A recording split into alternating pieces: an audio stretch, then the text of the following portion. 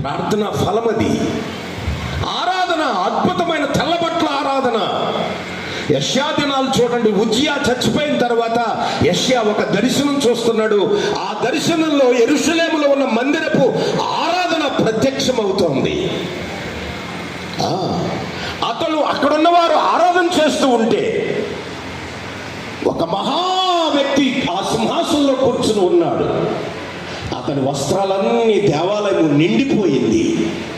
వారు చేస్తున్న గాన ప్రతిగానాలు తోము వలె నిండిపోయిందట ఆ మందిరం అంతా.